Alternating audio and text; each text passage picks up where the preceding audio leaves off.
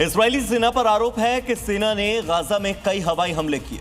इनमें कम से कम 2 फिलिस्तीनियों की मौत, कई लोगों के जख्मी होने की जानकारी है। हमलों में एक मस्जिद और विस्थापितों के टेंट को नुकसान पहुंचा है। गाजा पर ये हमले तब हुए हैं जब इजराइल के प्रधानमंत्री बेंजामिन नेतन्याहू क्षेत्र की सुरक्षा और ईरान पर चर्चा करने के लिए अमेरिका के दौरे पर थे। बताया जा रहा है कि 28 जुलाई को इजरायली फाइटर प्लेन ने गाजा में मस्जिद और विस्थापितों के टेंट को टारगेट कर हमला किया, जिसके बाद वहां अफरा तफरी मच गई। देखिए धमाके के बाद कैसे पहले आग के गोले उठे, फिर आकाश की ओर धुएं का गुब्बार उठता दिखा। इस हमले के बाद लोग भागते हुए दिख रहे हैं। इजराइल के इस हमले के बाद एक बार फिर इलाके में तनाव चरम पर है। खबर आ रही है पीओके में प्रदर्शनकारियों पर एक बार फिर से फायरिंग हुई। आधी रात को निर्दोष लोगों पर गोलियां दाग दी गई हैं। तो आसिम मुनीर की सेना बेगुनाह लोगों पर, बेकसूर लोगों पर गोलियां बरसा रही है, नरसंहार कर रही है। पाकिस्तान ऑक्यूपाइड कश्मीर में जून से लेकर अब तक पाकिस्तान की सेना ने, आसिम मुनीर की सेना ने 100 से ज्यादा लोगों को मौत के घाट उतार दिया, उन पर गोलियां बरसाई हैं। और चुनाव के दौरान ये सब हुआ, चुनाव स्थगित तक करने पड़ गए। रावलकोट में अब तक कई लोगों की मौत हो चुकी है। पाकिस्तान के कब्जे वाले जम्मू कश्मीर में जारी विरोध प्रदर्शनों के बीच नागरिकों पर कार्रवाई के आरोप सामने आए हैं। स्थानीय नेता सरदार उमर नजीर ने दावा किया है कि पिछले 3 दिनों में 40 से ज्यादा निर्दोष नागरिक मारे गए हैं, जबकि 5 जून से अब तक मृतकों की संख्या करीब 90 तक पहुंच गई है। एक वीडियो में एक युवक आखिरी संदेश देते हुए हालात बयां करता नजर आ रहा है। आरोप है कि पाकिस्तानी सुरक्षा बलों ने सादे कपड़ों में हथियारबंद जवान तैनात किए हैं। इलाके में इंटरनेट और बिजली सेवाएं बंद होने से हालात और गंभीर हो गए हैं।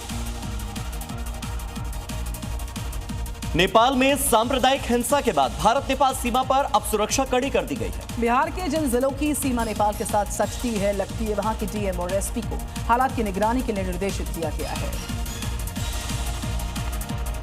जहां खुली सीमा है वहां लोगों के आने जाने पर फिलहाल रोक लगा दी गई है। स्थानीय प्रशासन और पुलिस की टीम सीमा पर विशेष चौकसी बरत रही है। सीमा पर पेट्रोलिंग बढ़ा दी गई है। हालात पर नजर रखने के लिए ड्रोन कैमरे की भी मदद ली जा रही है। असामाजिक तत्व नेपाल से भागकर भारत में न आ जाएं, इसके लिए पुलिस और एसएसबी के जवान खेतों से लेकर पगडंडियों तक पैदल गश्ती कर रहे हैं।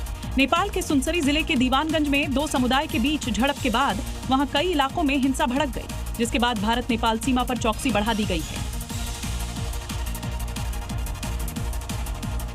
यूक्रेन की मीडिया ने दावा कर दिया है कि कीव में बड़े पैमाने पर हमला किया गया है। हवाई हमलों के सायरन के बीच में कई जगहों पर जोरदार धमाकों की आवाजें सुनाई दी हैं। शुरुआती रिपोर्ट्स में शहर को निशाना बनाकर किए गए बड़े हमले की बात कही जा रही है। सायरन के बीच धमाकों की गूंज चारों तरफ सुनाई पड़ रही है।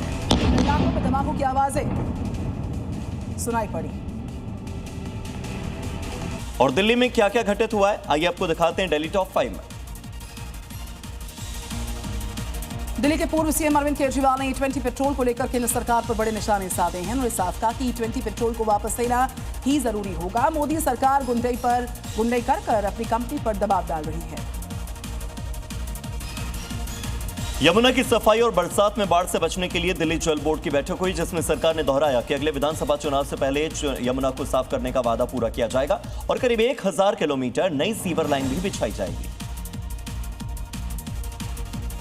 कांवड़ यात्रा को लेकर लोगों में उत्साह बहुत ज्यादा है। दिल्ली के हर्ष विहार में एक शिव मंदिर में इस बार नोटों की कांवड़ चढ़ाई जाएगी। विनोद कुमार नाम के एक शिव भक्त ने करेंसी नोटों से बनी एक अनोखी कांवड़ को तैयार किया, जिसमें 10, 20, 50, 100 रुपए के नोट लगाए गए।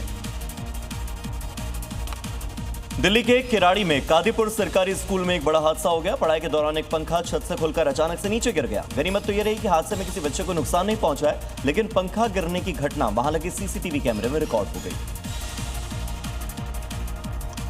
दिल्ली के केशवपुरम इलाके में प्रेमी ने अपनी प्रेमिका की हत्या कर दी, मौके से फरार हो गया। युवक ने मामूली से विवाद के बाद युवती को गोली मार दी, जिससे उसकी मौत हो गई। सूचना के बाद मौके पर आई पुलिस की टीम फरार आरोपी की तलाश में है।